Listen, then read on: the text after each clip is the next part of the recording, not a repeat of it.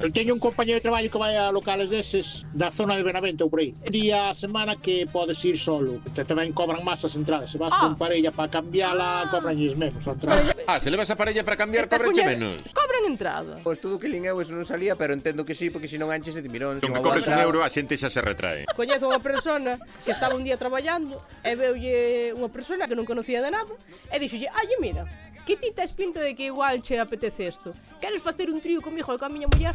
Pero onde esa maravilla? En que corredor foi iso? Que empresa? Sería Zara, un sitio Conoces serio. a empresa, conócela. Naces cascada. E empezou a enseñar fotos da parella e todo. Como que quere vender un coche, dixolle moi poucos kilómetros.